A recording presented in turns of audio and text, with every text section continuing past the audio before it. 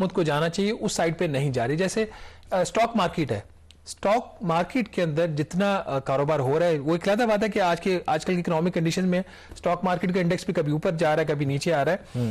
वहां पे जो कैपिटल गेन्स के जो टैक्स के रेट्स हैं उनको वहां पे बढ़ाया जा सकता है। इसी तरीके से ताजरों के ऊपर नए टैक्सेस लगाए जा सकते हैं जिनको हुकूमत ने खुद टैक्स लगा के वापस ले लिया। रियल एस्टेट के ऊपर फर्दर को टैक्सेशन प्रोडक्टिव हो सकती है।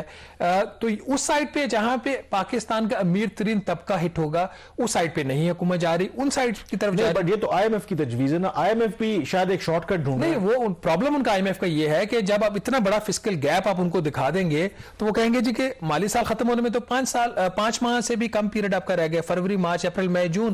तो हमें इस स्टेज के ऊपर वो इकदाम करने होंगे जिससे फौरी तौर पर रेवेन्यूज आ जाए, जिसमें जैसे वो कैश विड्रॉल्स के ऊपर टैक्स लगाने की बात हो रही है, बट उसके ऊपर IMF के कंसर्न्स हैं कि इससे फिर जो करेंसी सर्कुलेशन बढ़ जाती है, बैंक्स के जो डिपॉजिट्स हैं वो कम हो जाते हैं। तो विद होल्डिंग टैक्सेशन को ओवरऑल IMF भी और वर्ल्ड बैंक भी डिस्करेज करता है। अब मसला ये है नाज़रीन कि क्यों IMF इस तरह के मुतालबत कर रहा है और मजीद ऐसे इकदाम आपके सामने आ सकते हैं। उसकी वजह यह कि जो हमारे अखराजात है उसके ऊपर कोई किसी किस्म का कंट्रोल हो नहीं रहा। वज़ीर-ए-आज़म शहबाज शरीफ साहब की पूरी कोशिश है कि लगता ऐसे है कि हुकूमत का जो इक़्तिदार है ख़त्म होने से पहले उनके काबीना के अरकान की जो सेंचुरी है वो मुकम्मल हो जाए। इसी हफ्ते उन्होंने एक और जो एक मेंबर है उनको ऐड किया है, एक और special assistant to prime minister का और नोटिफिकेशन हो गया है।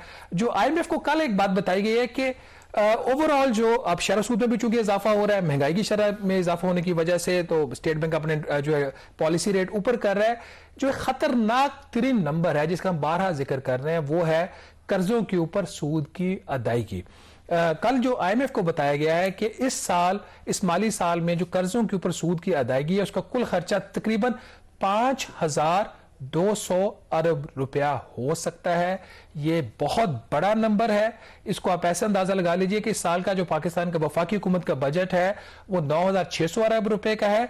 तो 5,200 अरब का मतलब ये है कि तकरीबन बजट का सिर्फ 54% जो है वो सिर्फ कर्जों के ऊपर सूद की अदायगी में जाएगा। जो प्रिंसिपल पेमेंट है वो इसके अलावा है। हुकूमत ने बजट में रखा था 3,950 अरब रुपया, इसमें तकरीबन कोई 1,220 अरब रुपया इजाफी खर्चा हो रहा है। तो जब इतना बड़ा खर्चा आप IMF को दिखाओगे तो फिर IMF आपसे डेफिनेटली मुतालबा करेगा कि फिर आप टैक्स की बेस बढ़ाए। दो और नंबर्स जो हैं, जब ये सारी सूरत हाल है, पाकिस्तान का जो एक्सटर्नल फाइनेंसिंग बहुत बड़ा इशू है क्योंकि पाकिस्तान की दिवालिया होने का खदशा है। 30 अरब डॉलर का फाइनेंसिंग प्लान IMF को पेश किया गया।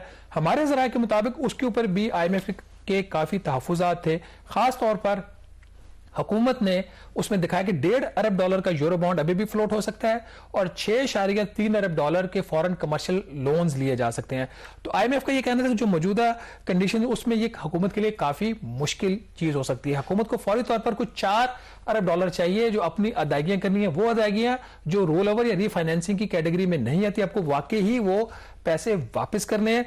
तो ये एक सूरत हाल बनी और इस सूरत हाल में जब फाइनेंसिंग इंतहाई मुश्किल है, जो एक्सपोर्ट्स के और रेमिटेंसेस के अदादोशुमार IMF के साथ शेयर किए गए वो भी कोई इतने अच्छे नहीं है। हुकूमत का तखमीना था तकरीबन 37 अरब डॉलर की इस साल एक्सपोर्ट्स होंगी। कल IMF को बताया गया कि 28 से 29 अरब डॉलर की एक्सपोर्ट्स होंगी। तकरीबन यहाँ पे 10 अरब डॉलर या 9.5 अरब डॉलर के करीब कम एक्सपोर्ट्स होंगी तखमीने से। इसी तरीके से जो तरसीलात इज़ार हैं उसका पहले तखमीना था कोई 33.5 अरब डॉलर का। अब जो कल IMF को बताया गया वो फिगर दिया गया कोई 29.5 अरब डॉलर का। तो हुकूमत के जो नॉन डेट क्रिएटिंग इनफ्लोज वो बाहर से जो पैसा आ रहा है जो कर्जों की सूरत में नहीं, हुकूमत की अपनी पाकिस्तान की अपनी आमदन होती है, लोगों की आमदन होती है, उसमें 13.5 से 14 अरब डॉलर की कमी दिखाई जा रही है। तो कामरान काफी तशवीशनाक सूरत है और ऐसी सूरत में वजह से एज अ लास्ट रिजॉर्ट जो इसहाक डार साहब कल कहीं खिताब कर रहे थे उन्होंने कहा कि जो बैरून मुल्क जो